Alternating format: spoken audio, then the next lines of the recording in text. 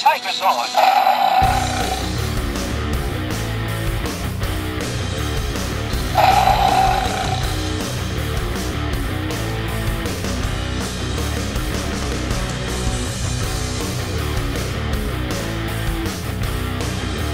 White Tigerzord. Tiger mode. Level ready now.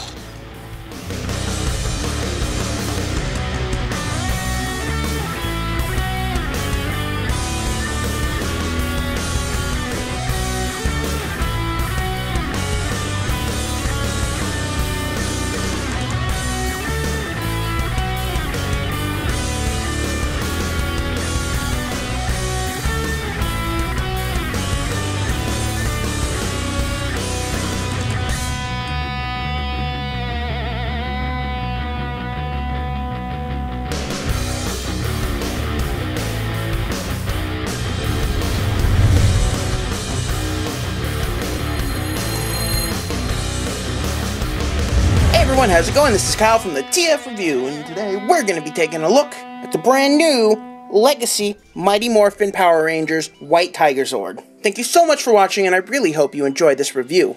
Now, taking a quick look at the packaging, it's basically what you've come to expect with the Legacy Megazord packaging. Of course, you've got Legacy White Tigerzord, and then you have the actual Zord itself right there. It's basically identical to, you know, all the other Legacy Megazord packages we've gotten. Very nice. Very thick cardboard box, and obviously great for display. Now, inside of the packaging, we do have that nice rendering of Tommy the White Ranger, and of course Legacy White Tigerzord up at the top. On the back, again the same rendering, and of course nice images of the Megazord mode and the Tigerzord mode. Metallic paint, diecast part, and the story.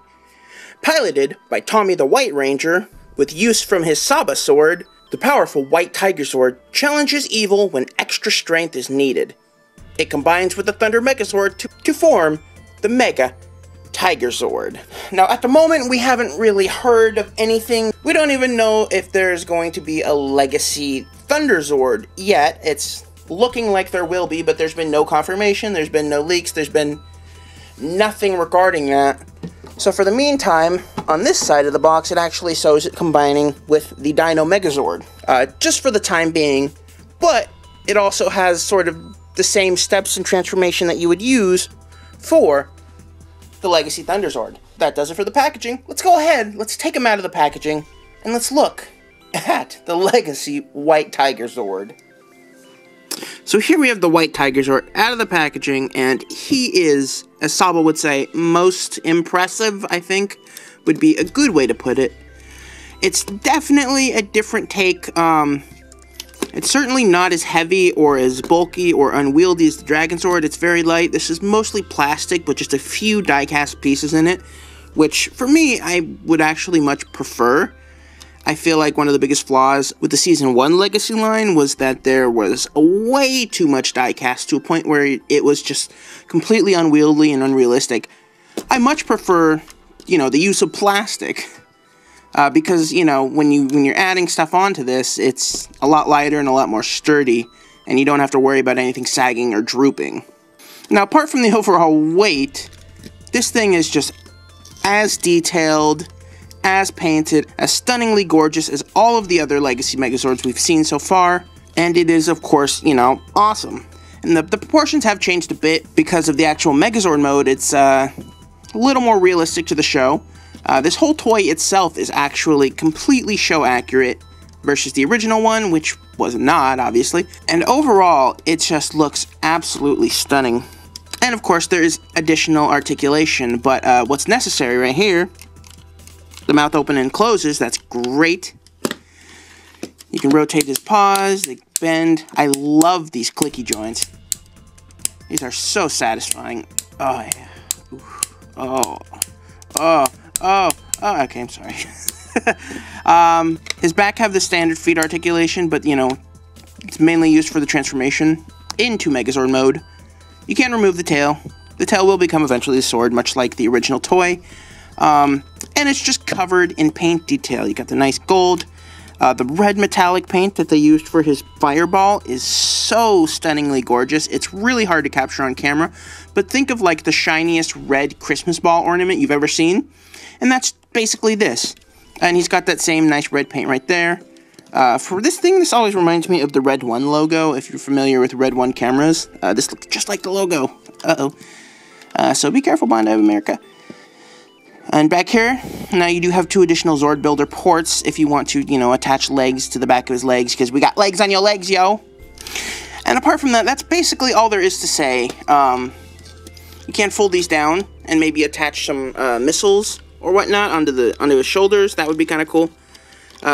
These are 2 more Zord Builder ports. I was hoping his arms would come off, but for some reason they don't seem to pop off. I think that would have been a really cool thing to do, but I don't want to, like, tear it or break it, you know, just after buying it. Apart from that, that's basically it. Let's go ahead and let's transform him into Megazord mode. Now, to get the white Tigerzord into his Megazord mode, first thing you want to do is turn him around. You can remove his tail and just put this to the side. Next thing we can do is turn him upwards, and now that we've revealed some nice little more details, we can fold his feet down and around like that, exactly like the original Megazord. It's also worth noting these joints are completely solid die cast. You know, they're nice and shiny, nice and sturdy. Now you can take his feet, also the bottom of his feet are die cast, I forgot to mention, and just fold him up, spin him around, and now he can stand up on his own. You also want to fold his legs up, and you can twist them to the side, like that, and fold his head down. Lastly, fix his arms and lift his head up. And there is his Megazord mode. And this is, in my opinion, where the figure actually shines the most. This is probably one of the best portrayals of a Megazord suit that we've ever seen. This is literally exactly like the suit in the show. The proportions are much more accurate. It's not bulky and plastic. This literally looks like it could have a guy in a suit in it.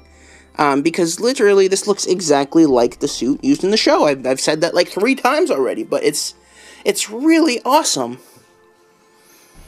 Again, oh yeah, you also want to keep the mouth open in Megazord mode, forgot to mention.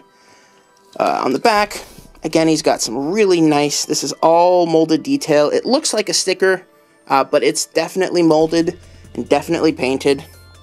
And again, the stripes continue around to the back. He's got more painted detail on the back. It's just overall fantastic.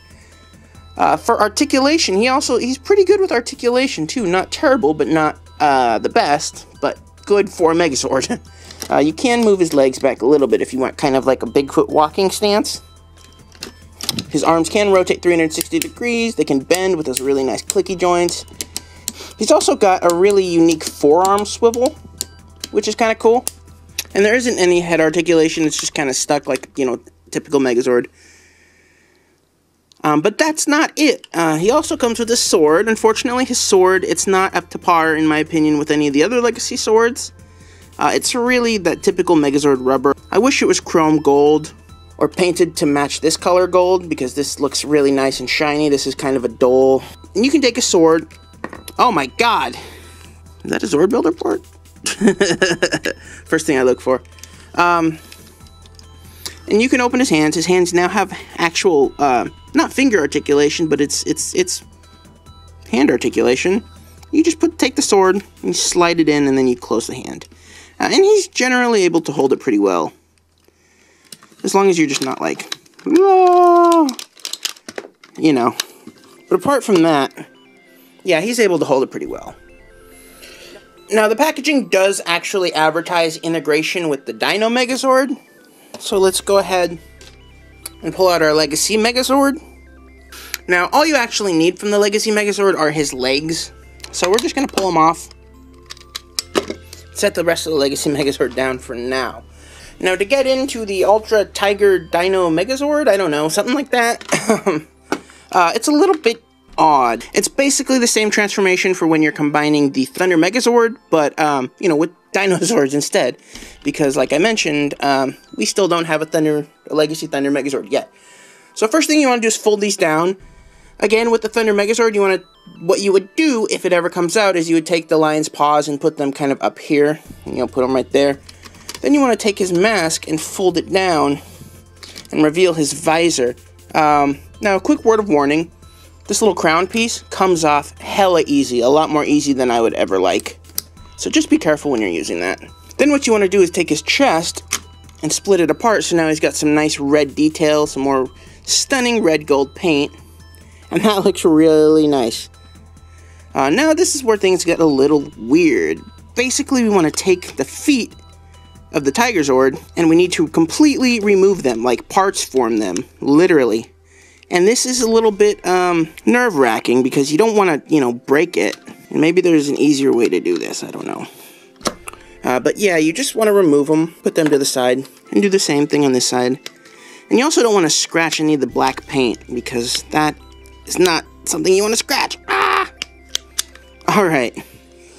We've got that out of the way. Now we just want to put them back into Tiger mode, so that the Zord builder ports that were in the butt are now sticking out of the bottom of the leg. And we just attach the Dino Megazord. And there you go. There is the Dino Mega Thunderzord. I guess you can call it that. And that's a thing. It's weird, but it's a thing. And it's an official, you know, Power Rangers thing, so whatever. I hope when the Thunderzords eventually do come out, it looks a little better than that. And that honestly basically does it for the Legacy Light Tigerzord. It's very basic, much like the original toy itself. And my overall thoughts are, is it worth $80? In my opinion, no. I don't think it's worth $80. It's nice. It's really nice, but I would rather have spent probably closer to $69, maybe $59 for this thing. I feel like that's more what it would be worth, considering, you know, the lack of die cast. And the fact that it's overall not as bulky or as big as any of the other Megazords. And the transformation is fairly simple and dumb. But, with that aside, this is the best Tigerzord that we've ever gotten. And it is absolutely stunning, and you should still pick it up if you can. I just don't think it's worth $80. Apart from that, that basically does it for this video review. Thank you so much for watching. I really appreciate it. Be sure to keep checking back for more Power Rangers, Super Sentai, etc. reviews, because I've got one always in the works. And I hope you guys have an awesome Valentine's Day. With that aside, again, thank you so much for watching, and I will see you all in the next video.